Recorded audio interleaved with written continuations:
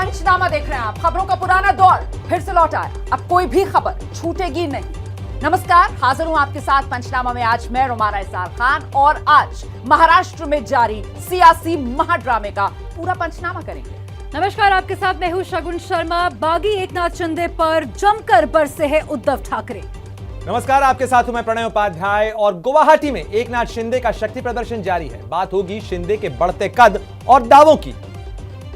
नमस्कार, मैं हूं आपके साथ सोनल। विपक्ष की राष्ट्रपति उम्मीदवार द्रौपदी मुर्मू ने नामांकन भरा है और पीएम मोदी बने उनके प्रस्तावक। नमस्कार, पंचनामा में आप सभी के साथ मैं हूं प्रतिमा मिश्रा। लेकिन शुरुआत महाराष्ट्र के सियासी संकट से जुड़ी खबर के साथ। सियासी हलचल के बीच आधे घंटे बाद शरद पवार एनसीपी नेताओं के साथ उद्धव ठाकरे से मिलने मातोश्री जाएंगे। पवार के साथ डिप्टी सीएम अजीत पवार भी होंगे। एनसीपी ने दोहराया है कि वो हर हाल में उद्धव के साथ खड़ी है। तो 6:30 बजे उद्धव से मिलने मातोश्री जाएंगे पवार और साथ ही उनके डिप्टी सीएम भी मौजूद होंगे। इसी पर ज्यादा जानकारी के लिए रुख कर लेते हैं जितेंद्र दीक्षित, हमारे सहयोगी हमारे साथ जुड़ गए हैं। जितेंद्र, ये मुलाकात बहुत अहम हो जाती है क्योंकि अब तो कम से कम खुले तौर पर साथ देने का बात कर रहे हैं। जी हाँ, बिल्कुल, ये काफ़ी अहम मुलाकात होगी। अब से मैं इस वक्त वाईबी चौहान सेंटर में हूँ और यहाँ आज दिन भर मीटिंग चली। शरद पवार थे, अजीत पवार थे, जयंत पाटिल, प्रफुल्ल पटेल, तमाम एनसीपी के आला नेता थे और सुबह के वक्त में संजय राउत और अनिल देसाई जो शिवसेना के सांसद हैं वे भी यहाँ पर आए थे। उनके साथ करीब घंटे भर तक मीटिंग चली और उसके बाद एनसीपी के नेताओं की अपनी मीटिंग चली और इस मीटिंग में ये तय हुआ कि ठाकरे को समर्थन देना है। उद्धव ठाकरे की सरकार के साथ एनसीपी खड़े रहेगी आखिरी घड़ी तक और कानूनी लड़ाई के लिए भी एनसीपी तैयार है। इसके बाद में यह तय हुआ कि सभी आला नेता मिलकर उद्धव ठाकरे से मिलने जाएंगे मातोश्री उनके निवास स्थान पर और आगे की रणनीति तय करेंगे। इनका यह कहना था कि चूंकि उद्धव ठाकरे को कोविड हो गया था इसलिए इस क्राइसिस के दौरान पहले मुलाकात नहीं हो पाई, लेकिन इसलिए अब चूंकि वो ठीक हो चुके हैं इसलिए उनके घर पर जाकर उनसे बात की जाएगी। ठीक है जितेंद्र, मैं गुवाहाटी चलती हूँ। मनोज्ञा लोईवाल वहां पर मौजूद है। मनोज्ञा, वहां पर किस तरीके के हाल है? क्योंकि जो नंबर गेम है इस पूरे मसले को लेकर वो तो गुवाहाटी में ही पूरा नंबर दिखाई दे रहा है। जी बिल्कुल, और चिलचिलाती धूप के बाद अब झमाझम बारिश हो सकता है। इस मौसम के परिवर्तन के साथ महाराष्ट्र के मौसम में सत्ता परिवर्तन का इंगित भी दिख रहा हो। लेकिन अगर मैं बात करूं आज की राजनीति की तो 3 घंटे के लिए एकनाथ शिंदे कहाँ गए ये किसी को नहीं पता। कहा गया कि वो मंदिर गए हैं, लेकिन मंदिर में भगवान कौन था? क्या कोई और नेता था या फिर सच में भगवान के दरबार में जाकर माथा टेक कर फिर एक बार अपनी सरकार बनाने का दावा ठोकने के लिए गए थे? ये सारी बातें, ये सारे कवायद इस बीच में जब वो ये कह रहे हैं कि उनके पास गणित यानी कि नंबर आंकड़े उनके फेवर में है। 40 से ज्यादा विधायक का दावा कर चुके हैं, लेकिन आज भी यहाँ पर जिस तरह की चाक चौबंद सुरक्षा व्यवस्था है इस होटल के सामने, अगर मैं आपको ये तस्वीरें दिखाऊं सूरजदा से कहूं, आप देखिए अभी भी पुलिस मल्टी लेयर्ड सिक्योरिटी के तौर पर यहाँ पर खड़ी हुई है। मैं इस समय इस दरवाजे पर, खैर इस होटल के दरवाजे पर पिछले 3 दिन से हम ये देख रहे हैं और अब आप इसे ड्रामा या मेले ड्रामा कह लीजिए, लेकिन महाराष्ट्र का ये महानाटक बरकरार है। बिल्कुल मनोज्ञा, आप नजर बनाए रखिए। तो कुल मिलाकर गुवाहाटी में झमाझम बारिश और वहीं अगर महाराष्ट्र मुंबई की बात की जाए तो फिर जो सियासी मौसम है उसमें तूफान आया हुआ है और इस पॉलिटिकल भंवर के बीच फंसा हुआ कौन नजर आ रहा है? उद्धव ठाकरे, जो हालांकि फिल्म पुष्पा वाले स्टाइल में झुकेगा नहीं वाले तेवर दिखा रहे हैं, लेकिन साथ ही साथ इमोशनल कार्ड भी तो खेला उद्धव ठाकरे ने। नाही, एकदम चांगला मस्त स्वप्न येईल म्हटलं येऊ रे. अनेस्थेशियातून उठवल्यानंतर मला पहिला प्रश्न विचारला, उद्धवजी वर्षा की मातोश्री? म्हटलं मातोश्री. म्हटलं मला अनेस्थेशिया दिला असताना प्रश्न विचारला तरी मी हेच सांगितलं असतं मातोश्री. उद्धव ठाकरे बता रहे हैं कि उन्होंने बेहोशी में भी वर्षा और मातोश्री में से मातोश्री को चुना। प्रमुखों की बैठक में उद्धव ठाकरे ने बागियों को जमकर कोसा। उद्धव ने कहा जो कहते थे मर जाएंगे फिर भी शिवसेना नहीं छोड़ेंगे, वो भी भाग गए। उद्धव ठाकरे ने बागियों को ललकारते हुए कहा, हिम्मत है तो बाला साहेब और शिवसेना का नाम लिए बिना रहकर दिखाओ। जब तक बाला साहेब की जड़ें हैं शिवसेना को कुछ नहीं होगा। उद्धव ने आरोप लगाया कि उनकी बीमारी का फायदा उठाकर लोगों को बहकाया गया। उद्धव ठाकरे जानते हैं कि शायद उनकी सरकार नहीं बचे, लेकिन वो बचे कार्यकर्ताओं में जान फूंकने की पूरी कोशिश कर रहे हैं। दूसरी तरफ एनसीपी भी बार बार उद्धव और महाविकास अघाड़ी के साथ मजबूती के साथ खड़े रहने की बात दोहरा रही है। और चलिए आपको एकनाथ शिंदे से गुट से जुड़ी कई बड़ी खबरें आपको दिखा देते हैं। देखिए, विधानसभा अध्यक्ष के खिलाफ अविश्वास प्रस्ताव आ गया है। शिंदे गुट ने 22 जून को ही अविश्वास प्रस्ताव दे दिया था। तो ये कुछ बड़ी खबरें हैं एकनाथ शिंदे गुट से जुड़ी हुई।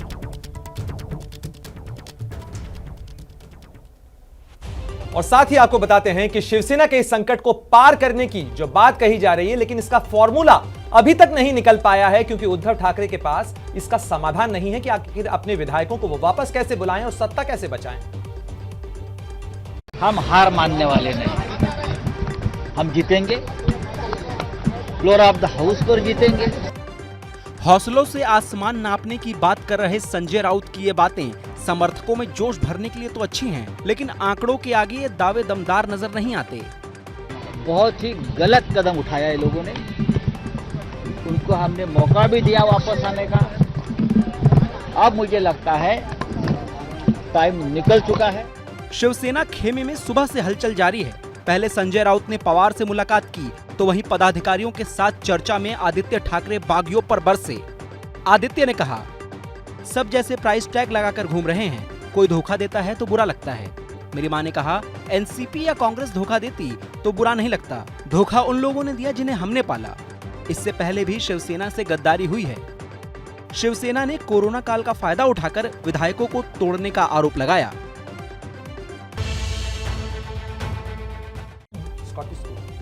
तो महाराष्ट्र के महासंकट पे बड़ी कवरेज जारी है, बने रहिए।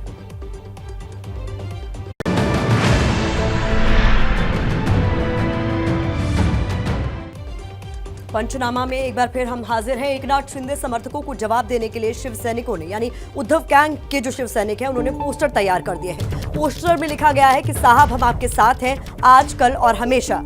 तो कुछ इस तरीके से पोस्टर वॉर की शुरुआत हो गई है। कहीं पोस्टर फाड़े जा रहे हैं, कहीं पोस्टर पर काली स्याही पोती जा रही है। तो अब उद्धव ठाकरे के समर्थन में जो पोस्टर लगाए गए हैं, उसमें लिखा गया है कि साहब हम आपके साथ हैं, आजकल और हमेशा। रुक करना चाहूंगी मैं अपने सहयोगी जितेंद्र दीक्षित का इसी पर अपडेट के लिए। जितेंद्र, क्या ये पुराने फॉर्म में लौटती हुई शिवसेना अब नजर आ रही है कि अब तक वो जो अग्रेशन था कहीं ना कहीं मिसिंग था? देखिए, आज जब संजय राउत से हमारी सुबह बातचीत हुई वाईबी चौहान सेंटर में, जब वो शरद पवार से मिलने आए थे, तब वो बार बार इस लाइन को दोहरा रहे थे कि हम सड़क पर भी संघर्ष करने को तैयार हैं। तो कुछ ऐसा ही इशारा उनकी ओर से हुआ था कि शायद अब जो है शिवसेना जिस बात के लिए जानी जाती है, जिस तरह की राजनीति करने के लिए, हिंसा तोड़फोड़ की राजनीति करने के लिए, तो वो अब शायद शिवसैनिक करने लगेंगे। और हमें अब वो दिखने भी लगा है। और इसकी पहली तस्वीर कुर्ला से आई है, जहां पर मंगेश कुडालकर, जो कि बागी विधायक हैं, एकनाथ शिंदे के साथ गुवाहाटी में हैं, उनके दफ्तर के बाहर तोड़फोड़ की गई। और अब न केवल तोड़फोड़, बल्कि इसके साथ साथ जगह जगह पर आदित्य ठाकरे और उद्धव ठाकरे के समर्थन में भी पोस्टर लगाए जा रहे हैं। बहुत बहुत शुक्रिया जितेंद्र दीक्षित। और कुल मिलाकर जो बात जितेंद्र दीक्षित कर रहे हैं ना, कि महाराष्ट्र में सत्ता की जो लड़ाई है वो अब हिंसक होती जा रही है। उद्धव के समर्थकों ने कुर्ला में शिवसेना के बागी विधायक हैं मंगेश कुडालकर, उनके दफ्तर पर जाकर बाकायदा तोड़फोड़ कर दी है। साथ ही मंगेश कुडालकर को गद्दार बताते हुए सड़कों पर बाकायदा विरोध प्रदर्शन करते हुए नजर आ रहे हैं शिव सैनिक। और इससे पहले चांदीवली के बागी विधायक दिलीप लांडे आज ही जो गुवाहाटी पहुंचे हैं, उनके पोस्टर्स भी शिव सैनिकों ने फाड़ दिए। तो कुल मिलाकर शिव सैनिक सड़क पर उतरे हुए और निशाने पर उनके शिवसेना के ही बागी विधायक। तो ये दो तस्वीरें आपके सामने हैं। देखिए किस तरीके से जो शिवसेना के बागी विधायक है उनको निशाने पर लिया जा रहा है। चांदीवली, कुर्ला, दोनों ही जगह के विधायक जो इस वक्त गुवाहाटी में मौजूद हैं, एकनाथ शिंदे के साथ बताए जा रहे हैं, उन्हीं विधायकों के खिलाफ ये गुस्सा फूटता हुआ शिव सैनिकों का।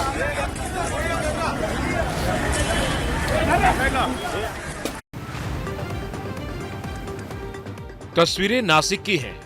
एकनाथ शिंदे समर्थकों ने चौक चौराहों पर एकनाथ शिंदे के पोस्टर लगाए, तो उद्धव समर्थकों ने आकर उन्हीं पोस्टर पर कालिक पोत दी।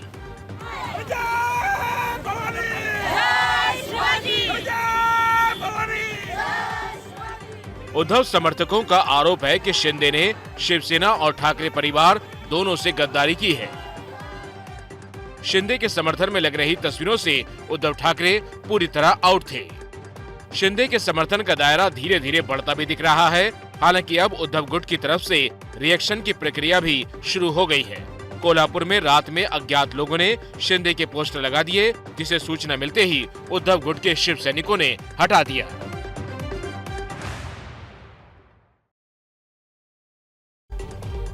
और इस वक्त एक बड़ी खबर आ रही है। महाराष्ट्र में पुलिस ने हाई अलर्ट जारी किया है। हिंसा की आशंका को देखते हुए ये हाई अलर्ट जारी किया गया है। सभी पुलिस स्टेशन को अलर्ट पर रहने के निर्देश दिए गए हैं। तो इस वक्त ये बड़ी खबर आ रही है महाराष्ट्र से। महाराष्ट्र में पुलिस ने इस वक्त हाई अलर्ट जारी कर दिया है। उस वक्त जो वहां पर महाराष्ट्र में हिंसा हो रही है उसकी आशंका को देखते हुए ये हाई अलर्ट जारी किया गया है। सारी पुलिस स्टेशन को ये अलर्ट पर रहने के लिए निर्देश दिए गए हैं। और जिस तरीके से हिंसा की तस्वीरें महाराष्ट्र से सामने आ रही हैं, उद्धव ठाकरे ने अपील की थी और एकनाथ शिंदे और शिवसेना के निर्दलीय विधायक जिनकी संख्या अब मिलकर 52 हो चुकी है, उन विधायकों के समर्थन का दावा किया जा रहा है। ऐसे में सवाल यह है कि आखिरकार शिंदे का गेम प्लान क्या है, एकनाथ शिंदे किस तरीके से जो आगे बढ़ रहे हैं। इसी को लेकर हमारे सहयोगी रोमाना इसार खान ने आज उनसे खास बातचीत की और यही जानने की कोशिश की कि आखिर क्या पैंतरा होगा एकनाथ शिंदे का आगे। अभी 40 एमएलए शिवसेना के और इंडिपेंडेंट 12 है, 12 इंडिपेंडेंट 12, 40 शिवसेना, तो मतलब ये आंकड़ा मिलाकर हो गया 52। आप ये कह रहे हैं गुवाहाटी में इस वक्त आपके साथ 52 विधायक हैं सर? बिल्कुल। बड़ा सवाल ये भी पूछा जा रहा है आपके विरोधियों की तरफ से कि साहब अगर वाकई में नंबर को लेकर आप इतने कॉन्फिडेंट हैं तो फिर क्या रोक रहा है आपको? जो अविश्वास मत है उद्धव सरकार के खिलाफ वो क्यों नहीं लाया जाता है? देखिए, हमारी बैठक होगी, बैठक में सब बातें तय की जाएगी, हर एक मुद्दे पर चर्चा होगी। उसके बाद अगला जो कदम है, अगली स्टेप जो है हम उठाएंगे। सर, आप बीजेपी की सरकार बनवाएंगे या बीजेपी की मदद से आप अपनी सरकार बनाएंगे? कुछ सोचा इस बारे में? अभी कोई हम लोगों ने निर्णय नहीं लिया है और जब हमारे सब विधायक जो है उनके साथ चर्चा होगी बैठक में, उसके बाद ही अगला कदम उठाएंगे। धन्यवाद, थैंक यू। तो उद्धव ठाकरे ने बागियों से बदले की शुरुआत कर दी है। 17 बागी विधायकों की सदस्यता रद्द करने की दिशा में कदम बढ़ा दिए गए हैं। लोकतंत्र में नंबर का महत्व है और नंबर के बाहुबली फिलहाल एकनाथ शिंदे हैं, लेकिन उद्धव ठाकरे कानूनी कार्रवाई से बागी गुट पर वार करने के लिए तैयार हैं। शिवसेना ने विधानसभा उपाध्यक्ष को 12 से ज्यादा बागियों के निलंबन की जो लिस्ट सौंपी है उसमें एकनाथ शिंदे का नाम भी शामिल है। जो जिस तरह से उन्होंने मीटिंग बुलाई थी, मीटिंग में इन प्रेजेंट है और कारण कुछ और बताया। तो जो एमएलए है, जो पार्टी की इनडिसिप्लिन जो एक्शन है उनके अगेंस्ट ली और डिस्क्वालिफिकेशन। सूत्रों के मुताबिक शिवसेना इस लिस्ट को और लंबी करने जा रही है। शिंदे 40 विधायकों के समर्थन का दावा कर रहे हैं।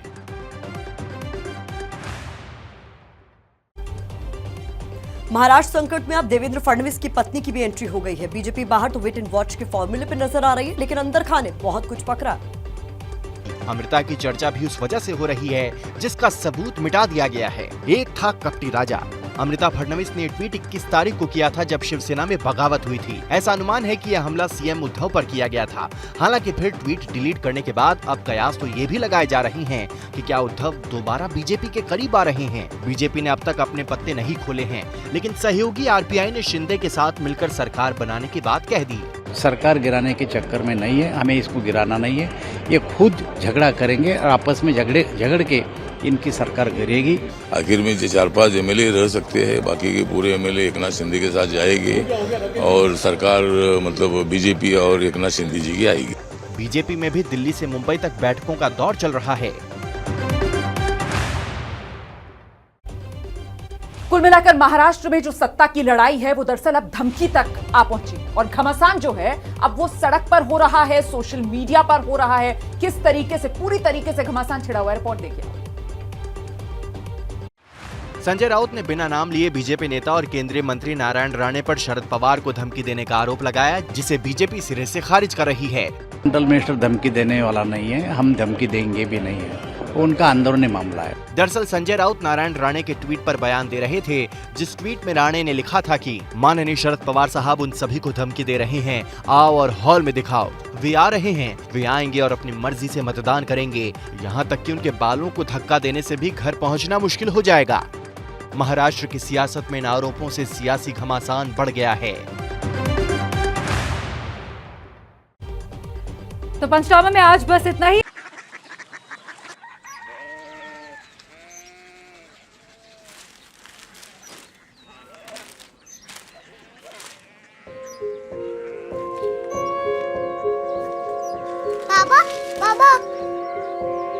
कोरिया सिटी जानी ना।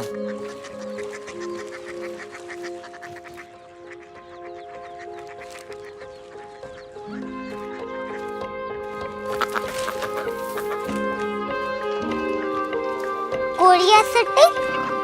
हाँ।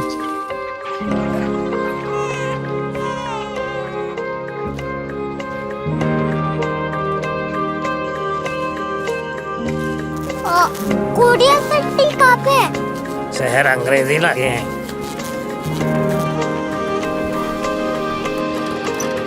Korea city.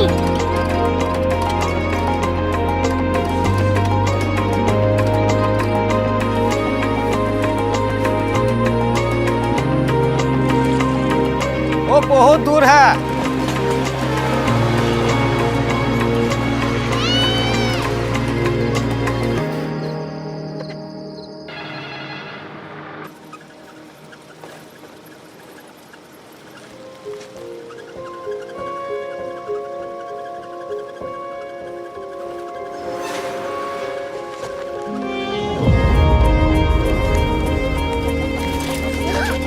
Korea city.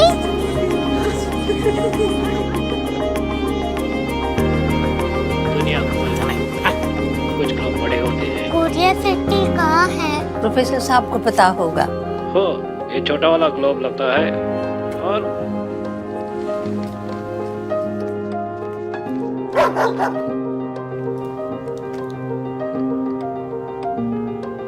पता नहीं, मेरी बेटी से जाके मिल लो, शायद उसे मालूम हो।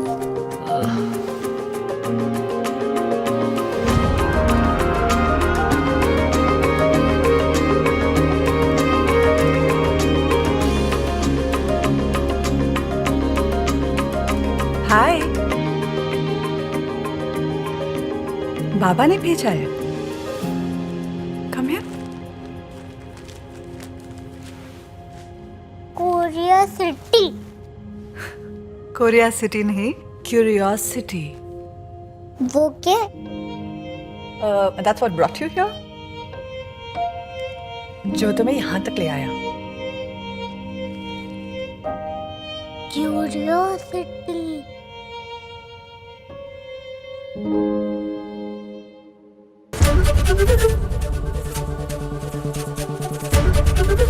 एबीपी न्यूज आपको रखे आगे।